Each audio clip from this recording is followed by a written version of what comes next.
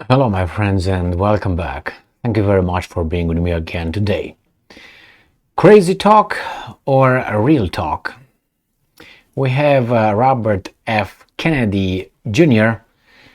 Making some statements during an interview with Joe Rogan regarding CIA and the possibility of CIA doing a job on him.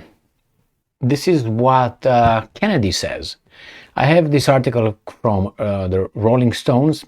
This is a magazine and not the band. And let's get into it. So Rolling Stone, not Rolling Stones. This is from June 15, 2023. Robert F. Kennedy Jr. tells Joe Rogan he's aware of possibility CIA could assassinate him. The conspiracy theorist thinks he could become the target of a nefarious deep state plot, just like he says his uncle was. From the very beginning, I understand Rolling Stone's position on this one. By starting with this one right here, I know that they are here to call him things. Yeah, well, let's see. Again, this is the first sentence.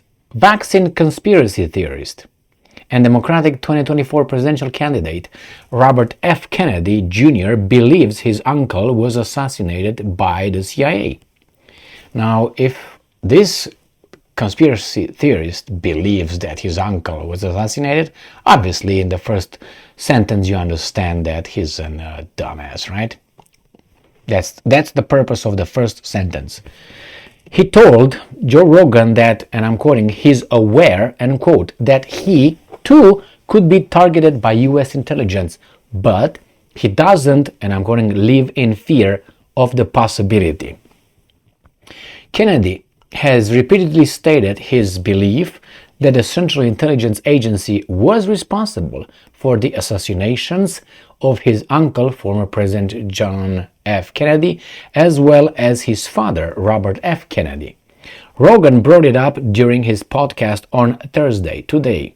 And I'm quoting, "You're talking about your uncle who was assassinated, and you believe the intelligence agencies were part of that," end quote. He asked Kennedy. "What happens to you?" asks Rogan. And I'm quoting Kennedy. "I gotta be careful," Kennedy replied, and I'm quoting again, "I'm aware of that. I'm aware of that danger. I don't live in fear of it at all, but I'm not stupid about it, and I take precautions," end quote. Interesting, don't you think? So I will play the clip a little bit from Joe Rogan between the conversation between Joe Rogan and Kennedy. And I will start it, I will let the beginning, and then I will jump to what the title states on this article. So let's go. The Joe Rogan Experience. My uncle, John Kennedy, did that. He refused to go to war. So he was surrounded by military-industrial complex, and he learned very early at an intelligence apparatus that he realized early on that the purpose of the CIA and the intelligence apparatus was to create a constant pipeline of new wars for the military-industrial complex. The day three. So this is one, and then let's go to right here. What do you think happens when you get into office? Like if you're talking about your uncle who's assassinated and you believe the intelligence agencies were part of that, what happens to you? Well, I gotta be careful. I'm aware of that, and I'm not. I'm aware of that danger, and I don't live in fear of it, at all. But I'm not stupid about it, and I take precautions. All right, here it is. Aside from his last name, Kennedy, who announced his campaign for the presidency in April, is best known for claiming that vaccines cause autism, a debunked assertion that he repeated during his interview with Rogan. So, aside from his last name, that's the only thing he's got, Kennedy, right? He's also known for being a, this about conspiracy theory about the vaccines. And I'm quoting again, everybody will say there's just no study that shows, well, I don't think I'm going to go into that one. It says there's no study that shows autism and vaccines are connected.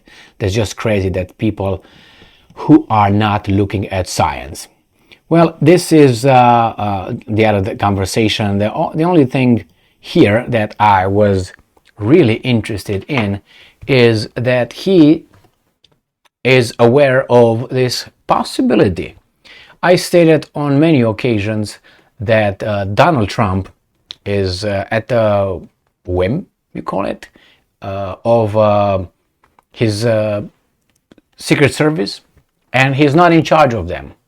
They are listening to something in their ear, to whatever order they receive from their superior.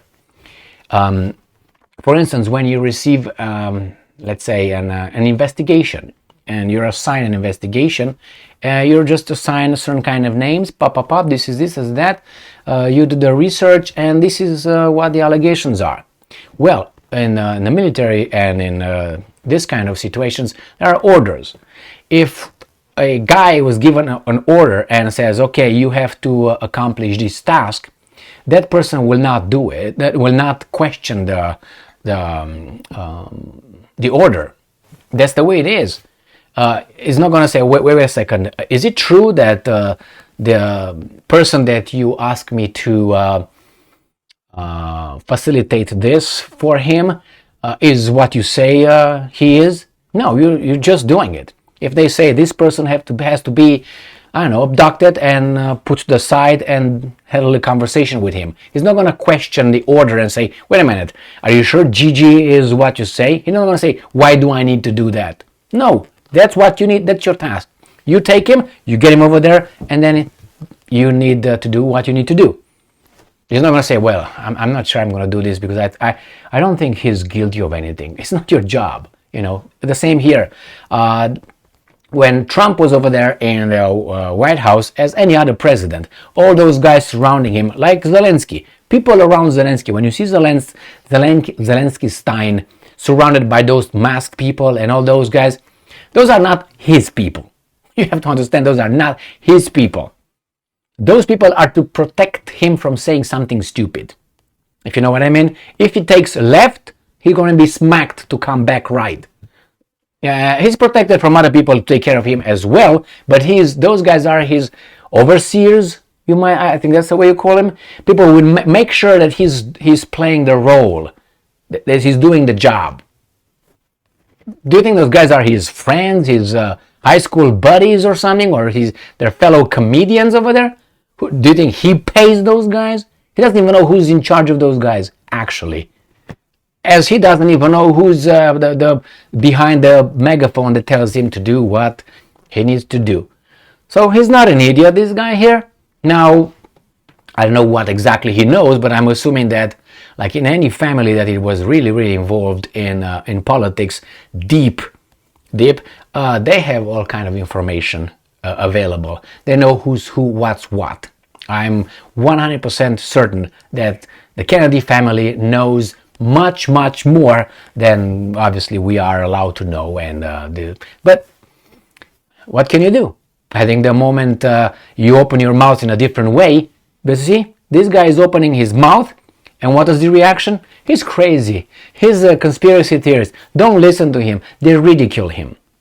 Instead of saying, well, this is all the evidence we got, all the investigation, everything. No. They work in secrecy. And they try to, with the help of the mass media, just to discredit from the very first sentence. He's a conspiracy theorist, blah, blah, blah. Aside from his name, what does he know? Nothing, just he talks about the vaccine and all this. So don't even listen to him. Well, this is the United States of America.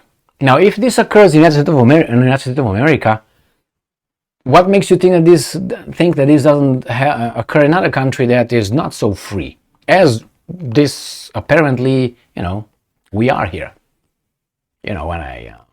Anyway, here is Robert Kennedy, and I said before, and I will say it again, he's unelectable. he will not be allowed to even run for, not run. He's not going to be the nominee of the Democratic Party. I can guarantee you that.